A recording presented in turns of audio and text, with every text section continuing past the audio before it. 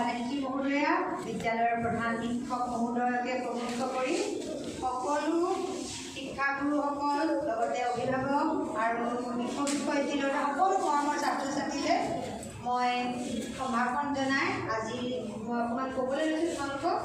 আজি বিশ্ব পৰিৱেশ দিৱস 5 জুন তাৰিখে আমি পালন কৰোঁ, নহয়নে বাৰু? আৰু परिवेश दिवस माने कि तुम्हारे जाना है? आप लोग जानते हैं परिवेश दिवस क्या होता है?